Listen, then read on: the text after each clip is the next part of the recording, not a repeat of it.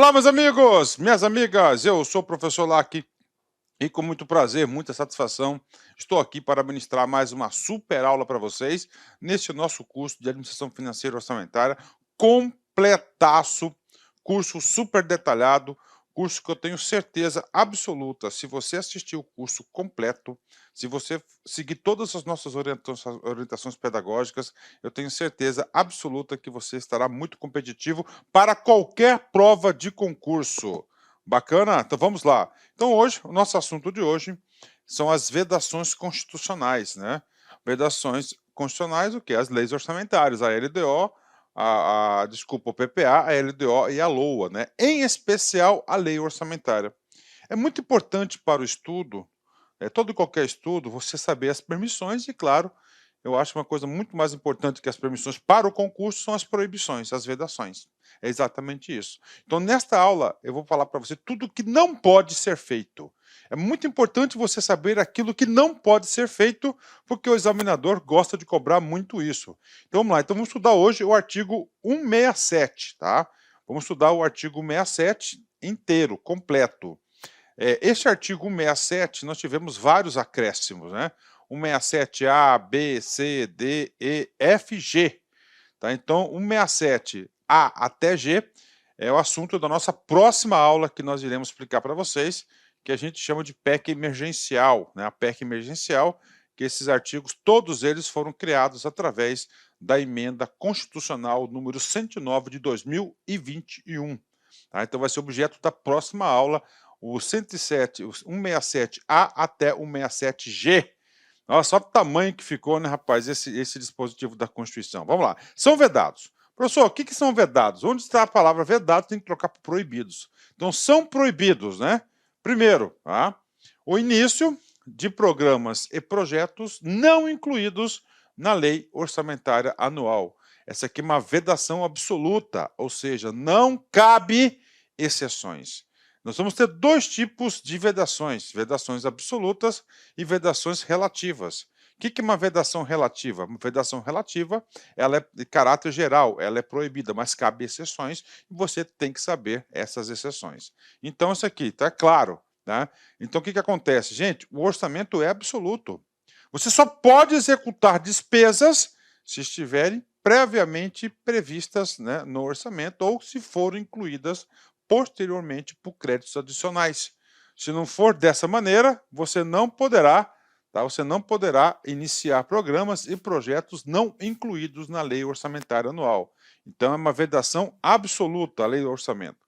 O inciso 2.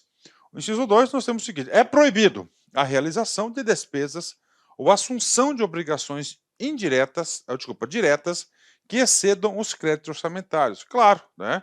Então o que acontece? Só pode iniciar despesas que estão no orçamento. Daí lá no orçamento você vai ter a respectiva dotação, os créditos, né? Vamos lá, vai ter respectiva dotação. Vamos colocar aqui, ó, 10 mil a dotação. Então você não pode executar, tá? Nem assumir compromissos diretos que excedam o crédito na LOA. Tá? Você tem que ficar limitada ao crédito. Você pode realizar. O que é realizar aqui? Realizar no contexto de executar. Assunção, fazer compromissos, né? Você fala, mas vou pagar depois. Não. Você vai pagar depois, tudo bem, mas tem que ter o limite do crédito orçamentário. Você não pode exceder esse limite do crédito orçamentário. Vamos lá. Agora, o inciso 3. O inciso 3 é muito importante e tem muitas provas de concurso que colocam assim no edital: regra de ouro. Então hoje a gente vai entender essa regra de ouro em detalhes, de forma definitiva, para você nunca mais esquecer. Regra de ouro, né? Ele visa o quê? Qual que é a intenção da regra de ouro? É você manter um equilíbrio orçamentário. Manter um equilíbrio orçamentário. Para explicar melhor essa regra de ouro, eu vou ter que explicar para vocês um pouco a classificação da despesa e da receita por categoria econômica, ou seja, corrente de capital. Vamos ler aqui o que diz, ó. É vedado, né? É vedado. É proibido a realização de operações de créditos, ó, operações de créditos que excedam o montante de despesas de capital. Ok. Então vamos lá. É proibida a realização de operações de créditos que excedam o montante das despesas de capital. São dois comandos que nós temos aqui. Eu vou explicar para vocês primeiro o primeiro comando, a primeira parte, tá, que é a proibição da realização das operações de créditos que excedam o montante da despesa de capital. Gente, eu sempre falei o seguinte, para você fixar conteúdo, você tem que entender o conteúdo. Quanto mais você entende o conteúdo, fica mais fácil você memorizar e fixar. Eu, particularmente, sou assim. Eu não consigo fixar as coisas se eu não entender. Ah, professor, quem que é aquela pessoa que fixa o conteúdo sem entender? Aquele cara que memoriza. Então, o cara que memoriza, o cara que memoriza, logo ele vai esquecer. Agora, se você entender o conteúdo, você vai fixar, né? Então vamos lá, para entender o conteúdo, ó. As operações de crédito que excedam o montante da despesa de capital. Beleza. Então você vai ter que entender o seguinte, né? Você tem que entender o seguinte, ó. São receitas tributárias, ok? Então temos aqui receitas corrente e receita de capital. O próximo clique nós temos aqui, ó, despesa corrente e despesa de capital. Bacana. Vamos primeiro na receita, né? Então isso aqui é o quê? Isso aqui é uma classificação da receita por classificação econômica, ó. Econômica. Tá? Classificação econômica. Essa classificação foi introduzida no Brasil pela Lei 4.320 de 1964 e até hoje está em vigor e não tem previsão de a gente mudar essa classificação econômica, ok? Então a classificação econômica ela vai falar corrente e capital. Então você vai ter receita corrente e despesa de capital. Você vai ter receita de capital, desculpa, receita corrente e despesa corrente, receita de capital, despesa de capital, cada um no seu quadrado, tá? Aí, cada um no seu quadrado, então, ok? Vamos lá. O que são receitas correntes? São receitas tributárias, ó. São receitas tributárias, contribuições, patrimonial. Quando a gente fala tributário aqui, ó, nós estamos falando de quê? Nós estamos falando de quê? De impostos, de taxas, né? Ó, contribuições, todos os tipos de contribuições, patronal, serviço, a receita de serviços, agropecuária, industrial e outras, e ainda as provenientes de recursos financeiros recebidos de outras pessoas de direito público ou privado, quando destinada a atender despesas classificáveis como despesas correntes. Beleza, então isso aqui são despesas correntes, ok? Ou seja, a despesa corrente é a receita produzida pelo próprio Estado, né? Vamos colocar entre aspas, ó, produzida, né? Pelo próprio Estado. E as despesas de capital são receitas provenientes de terceiros, principalmente. Por exemplo, ó, realização de recursos financeiros oriundos de constituição de dívidas, empréstimos, operações de crédito. Aí, ó, empréstimos, operações de créditos é o quê? Você constitui uma dívida. Esse dinheiro entra, mas tem um compromisso, né? Vai ter um compromisso. Ou seja, recurso de terceiro, não do próprio Estado, né? Quando falo do próprio Estado, é também o quê? Da atuação do próprio Estado, do poder extroverso de Estado, de obrigar, de tributar e assim por diante. Vamos lá, da conversão em espécie de bens e direitos. Como assim da conversão em espécie, professor? Alienação de bens. Quando o Estado, né, vende o imóvel, uma área, faz um leilão, por exemplo, ele está o quê? Está alienando, está conversando em espécie a venda, né? Alienação de bens. Esse é o nome correto. Ok? Vamos lá. Os recursos recebidos de outras pessoas de direito público ou privado destinados a atender às despesas classificáveis com capital. E ainda o superávit do orçamento corrente. Então temos aí isso que é a receita de capital. Quando fala assim, professor, as despesas destinadas a atender despesas classificadas com capital. Por exemplo, aqui nós temos, né, uma emenda parlamentar, por exemplo, para a construção de uma escola. Então a emenda parlamentar de uma construção de uma escola, né, vai ser o quê? Ela vai ser o quê? Vai ser uma receita de capital, tá? Então isso aqui, receita de capital. Beleza? Fechou. Professor, o que é o superávit do orçamento corrente? Vamos supor que a receita aqui, ó, a receita prevista, ó, é de 1.000 e a despesa aqui prevista é de 900. Reduzindo, nós temos o quê? Nós temos um superávit de 100. Não é isso? Não é isso? O superávit de 100. Então, nesse superávit aqui, ó, ele vai entrar aqui como, ó, receita de capital. Aí, superávit do orçamento corrente. Orçamento corrente.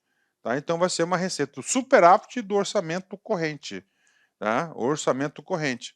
Então, por via de regra, a receita corrente é para arcar com as despesas de corrente, de capital, de capital. O que é, professor, uma despesa corrente? Vamos lá. São as despesas destinadas ao custeio, manutenção de serviços anteriormente criados, inclusive as destinadas a atender a obras de conservação e adaptação de bens imóveis e transferências correntes, ou seja, para o custeio da máquina. E a despesa de capital? A despesa de capital quando cria algo para a sociedade. São as despesas destinadas aos investimentos da administração pública, bem como a aquisição de imóveis ou bens de capital já em utilização em outros eventos, ou seja, inversões financeiras. Aqui são investimentos, né? Aqui nós temos aqui investimentos, inversões financeiras e transferências de capital. Então nós temos o quê? Essa é a estrutura. Então essa é a estrutura. Agora, da classificação. E agora, professor? Agora eu vou explicar para vocês, tá? Então nós temos aqui operações de crédito. Então o que está falando aqui? Que as operações de crédito não podem ser superior à despesa de capital. Então vamos lá, primeiro caso, tá? Por exemplo, receita corrente, 1.000, tá? Receita de capital previsto, 150, beleza. Ó, despesa corrente, 900, ok? Então, despesa 900, né? E o que? Nós temos aqui despesa de capital 250. O que acontece? 150 é menor que 250. Então, neste caso, está autorizada a previsão de 250, está cumprindo a famosa regra de ouro. Agora, no caso, né, que nós temos aqui, olha só, se nós temos aqui, ó, uma receita, uma despesa fixada de 150 e você tem uma receita de 250 de operação de crédito, essa operação está proibida, né? Ou seja, a operação tem que ser exata, que não pode ser superior, tá, à despesa de capital. Então, isso que está escrito aqui, tá? Isso que está escrito, né? Então, isso aí não pode. Agora, vamos lá. Vamos voltar aqui para vocês. Então, a receita de capital, né, classificação corrente, são as operações de crédito, a regra de ouro, o dispositivo de controle é exclusivamente sobre as operações de crédito. Alienação de bens móveis e imóveis, tá? Amortização de empréstimos concedidos, transferência de capital e outras receitas de capital são as receitas de capital. Tá? Alienação de bens móveis e imóveis e amortização de empréstimos, né? Então aqui eu deveria, na verdade, aqui é separar essa caixinha aqui, tá? Separar essa caixinha, porque tem dois conteúdos aqui dentro de uma caixinha só. Voltando para o inciso terceiro. Vamos lá. A realização de operações de crédito que exceda o montante das despesas de capital. Ó, operações de crédito que excedam. Ok, exatamente isso que eu estou falando, que eu expliquei para vocês. Tem que saber. Beleza, tá. Aí vamos lá. Essa aqui é uma vedação relativa. Se é uma vedação relativa, ela vai ter o quê? Exceções. Beleza. Aí vem ressalvadas. Ressalvadas. Mediante créditos suplementares e especiais. Parou. Então, é o seguinte, né? Então, nós temos aqui, para ter exceção, olha, exceção, ó. Exceção, a regra de ouro tem que ser créditos, olha aí, ó, adicionais, ó, suplementares ou especiais.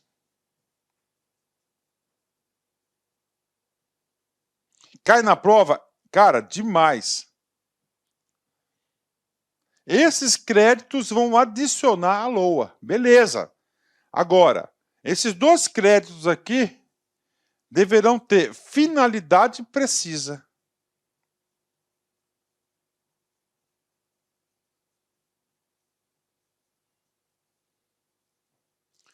Ok? Aprovadas pelo Poder Legislativo. Ó, aprovadas. Ó, atenção, né? Por maioria absoluta.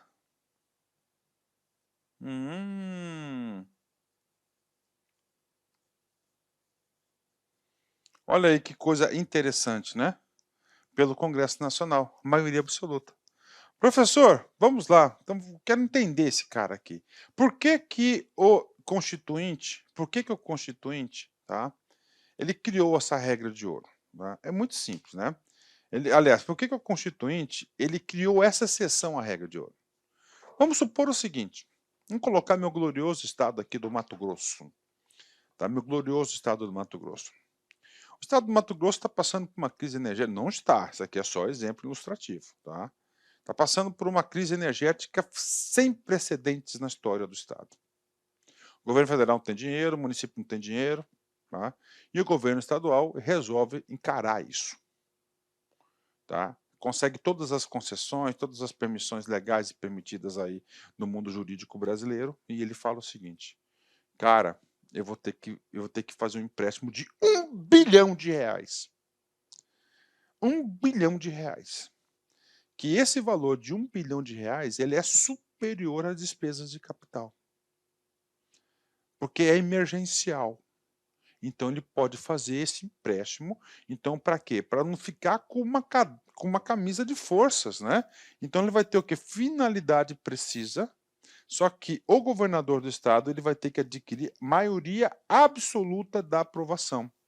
Como é que é hoje a aprovação no Congresso Nacional? Primeiro, os créditos adicionais, ele entra lá no artigo 166, que é o processo legislativo orçamentário. Então, vai ter o quê? Uma sessão una do Congresso Nacional, formada por deputados e senadores. Para a aprovação do orçamento, é que maioria simples, ou seja, maioria dos presentes. Aqui não, aqui vai ter um quórum qualificado. Então, vai ser o quê? Maioria absoluta, tá? Maioria absoluta do Congresso, né? Maioria absoluta é 50% mais um do total. Né? Maioria simples é 50% mais um dos presentes. Então nós temos aí uma diferença muito grande. Entenderam, gente? Ó, a regra de ouro. Tá? Agora, a exceção aqui é... Então, na prova vai falar que são créditos extraordinários. Ele vai falar aprovadas pelo Legislativo. Está errado, tem que ser aprovadas pelo Legislativo por maioria absoluta. Tem que ser finalidade precisa. Então, essa exceção aqui cai muito na prova. Tá? Essa exceção aqui cai bastante na prova e o aluno aí vai ter que ter esse conhecimento, ok? Professor, o que mais? Cara, o nosso estudo aqui é completo, né? Qual que são as leis complementares que nós estudamos? Duas, a lei complementar 101, que é a lei de responsabilidade fiscal, e nós estudamos aí bastante aí o que? A lei, tá? A lei 4.320. Lá, esse assunto foi tratado na lei de responsabilidade fiscal. O que diz a lei de responsabilidade fiscal? Vamos lá. Lá no seu artigo 12, parágrafo 2º, diz o seguinte: o montante previsto para as receitas de operações de crédito, ok, não poderá ser superior às despesas de capital constantes do projeto de lei orçamentária. Ponto final. Ou seja, tá, a legislação inferior aqui, que foi a LRF, simplesmente ignorou, né, a possibilidade de quê? A possibilidade, tá, de você quebrar a regra de ouro. Aí, claro que esse assunto aí foi lá para o nosso poder revisor, que é lá o Supremo Tribunal Federal. E nosso poder revisor, né? Tu falou revisor de brincadeirinha, vou até parar com isso, pode confundir o aluno, né? Então, lá o Supremo Tribunal Federal, tá, em defesa da Constituição Federal, falou: não, isso aqui tem eficácia suspensa, né? Porque aqui não pode limitar os efeitos da Constituição. Foi exatamente isso aí que, então, essa DIN aqui, tá? A 2238 suspendeu os efeitos aí desse artigo 12, parágrafo 2º. Bacana? Fechou? 10, né? Então, isso é a regra de ouro. Sobre a regra de ouro, eu vou ter que antecipar e ir lá para o inciso 10, depois eu volto para o inciso 4. Nós temos outro dispositivo que merece a nossa atenção. A transferência voluntária de recursos, ó, é vedada, é proibido, tá?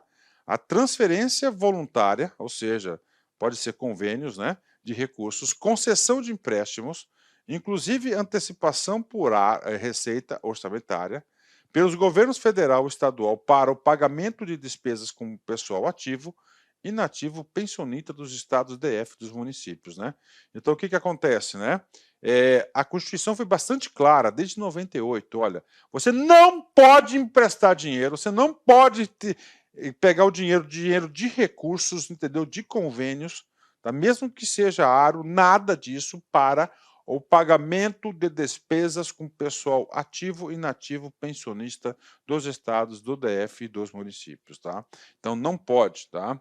Então não pode isso. Qual que é a ideia? Gente, a folha de pagamento da administração pública, o os governantes já consideram isso um problema há muitos anos, mais de 30 anos aí.